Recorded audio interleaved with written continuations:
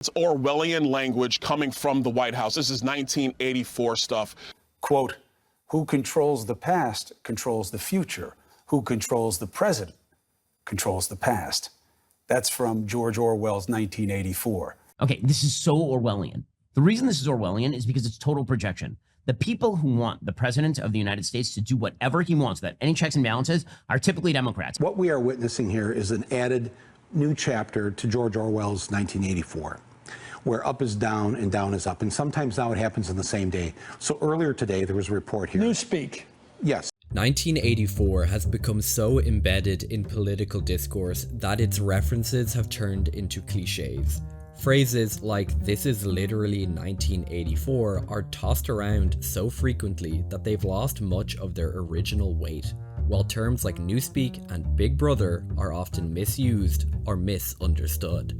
Both sides of the political spectrum invoke Orwell's dystopia in order to criticize their opponents. Conservatives frequently and more prominently accuse the left of trying to create a 1984-like society, while progressives levy similar charges against the right, although less frequently. In this confusion, I decided to visit the source material, and I read the book to find the answer to a crucial question. Is George Orwell's 1984 a right or left-wing book? This is Sean, and you're watching IFELSE. Please leave a comment. I'd love to hear what you think. To assess whether 1984 leans more towards a critique of left-wing or right-wing ideologies, we can use the following linear graph. On this line, we'll plot each key point from the book, indicating whether it critiques left-wing or right-wing political ideologies. For example, if a point is plotted on the right, it critiques right-wing ideologies. Similarly, if it's on the left, it critiques left-wing ideologies. 1984 portrays an oppressive, highly authoritarian society where people are under constant surveillance, their thoughts and actions meticulously scrutinized. Individual liberties are obliterated and history is repeatedly rewritten, erasing any sense of truth. The economy is a murky, crumbling facade with policies and outputs that are deliberately unclear. Concepts of love, lust, and relationships are degraded, and the family unit is reduced to little more than a tool for reproduction. Above all, Big Brother looms as the omnipresent figurehead of the revolution, ever watchful and inescapable. In 1984, society is dominated by Newspeak, a language specifically engineered to control and limit thought. By systematically reducing the number of words and simplifying the language, the party seeks to eliminate the possibility of rebellious thoughts. If people cannot articulate dissent, they cannot conceive of it. Newspeak narrows the range of ideas available to individuals, ensuring that only concepts aligned with the party's ideology remains expressible. In this way, language becomes a tool of oppression, designed not just to communicate, but to restrict the very capacity for critical thinking and free expression. In contemporary political discourse, the concept of Newspeak is often invoked by right-wing critics against left-wing figures, particularly concerning language use around LGBT rights, race, disability, and other social issues. These critics typically make two main arguments. The left is enforcing the use of new terminology, especially in reference to minorities, such as using specific pronouns for transgender individuals. The left is restricting the language available for discussing minorities by discouraging or outright banning the use of racial, homophobic, or other disparaging slurs. However, I believe this comparison is largely misguided. Newspeak, as envisioned in 1984, involves the complete removal of words from the language, thereby eliminating the possibility of certain thoughts altogether. In contrast, language naturally evolves over time.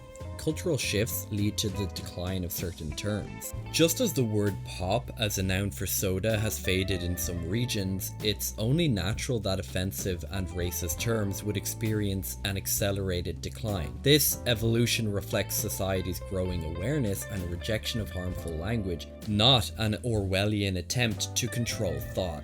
That said, if we evaluate the issue purely on the basis of who is attempting to influence or regulate everyday language use, it's generally the left that engages in this practice. However, it's important to note that while the left frequently discusses these potential restrictions in language, they rarely push for legislation that would enforce restrictions or changes. Usually the left uses social ostracism as a form of punishment, or otherwise known as getting cancelled. Legislation does come into play in cases involving egregious, inflammatory, or aggressive language, which is typically very narrowly defined. Nonetheless, we will plot it on our graph here on the left. In 1984, history is rendered non-existent. The Ministry of Truth constantly rewrites the past to serve the party's current needs. Yesterday's facts are erased and replaced with the truth of today, leaving no objective reality, only the party's ever-changing narrative. In this society, truth is fluid and dictated entirely by the party's whims, erasing any possibility of a stable, factual history. Belief in conspiracy theories, despite their factual inaccuracy, is becoming increasingly common. These theories often reject objective history, with claims of fraudulent elections being among the most impactful and relevant examples. This type of conspiracy gained significant traction after Trump's loss in 2020 and has since been echoed by many right-wing leaders. Additionally, the right has been more active in erasing the presence of minorities, particularly LGBT individuals, from historical narratives. However, it's important to acknowledge that left-wing conspiracies also exist, and anti-objective history movements have occurred under leftist regimes. These instances, though, mostly happened outside the Western sphere, which I will address later. As such, we will plot this critique on the right side of our line. The society depicted in 1984 is deeply puritanical, where the concepts of love, sex, and sexuality are systematically eradicated. In their place, the sole purpose of human relationships is reduced to the production of new party members. Children are no longer seen as a part of a family, but as assets belonging to the party. Romantic love between individuals is deemed a threat, making relationships purely functional and focused on reproduction. Chastity and purity are exalted as virtues, further reinforcing the party's control over personal lives and desires. This issue is relatively clear-cut. It is predominantly the right that seeks to impose puritanical values in contemporary politics, particularly surrounding sex and sexual relations. In the US alone, the erosion of abortion rights, LGBT rights, and the ongoing efforts to frame sex primarily as a means of reproduction rather than an expression of pleasure and love illustrate this trend. As a result, we can plot this point on the right here. The book clearly presents a society that emerged following an anti-capitalist revolution, depicting a centrally planned economy. While there are differing opinions online, I see the party's rhetoric against capitalists and the evident failures of its planned economy as a critique of leftist economic values. The economy is visibly collapsing, with production levels shrouded in ambiguity, and a black market has arisen to compensate for the shortages. This, in my view, highlights the inherent flaws of the party's economic system. As a result, we can very surely plot this on the left side of the graph here. 1984 serves as a warning of what we should avoid, and in no way is a vision of what we should aspire to be. My analysis is primarily focused on Western politics since the mid-2000s, a relatively calm period in historical terms. However, when we broaden our perspective to examine regimes outside the Western world and also Western history, we can see these same disturbing themes repeatedly emerge. For instance, China's Cultural Revolution resulted in the widespread destruction of its own history and cultural artifacts, amongst other horrific crimes. In the USSR, government control over information was so intense that 1984 itself was banned. The USSR also committed other more horrible atrocities. Similarly, 1940s Germany and Italy are countries that pursued the most extreme forms of control and repression. Referring back to one of our examples, it can be seen they valued and implemented Puritanism. Of course, this goes without saying, this is nowhere near the worst crimes these regimes conducted, but I'm merely pointing towards examples in 1984. To top it all off, each one of the mentioned regimes had in some form either a centrally planned economy or an economy with heavy state intervention. There are certain aspects of 1984 that almost everyone agrees are wrong. Mass surveillance, false flag attacks, and cults of personalities. These are universally condemned, as are the restrictions on freedom of thought and speech. This brings us to an important conclusion.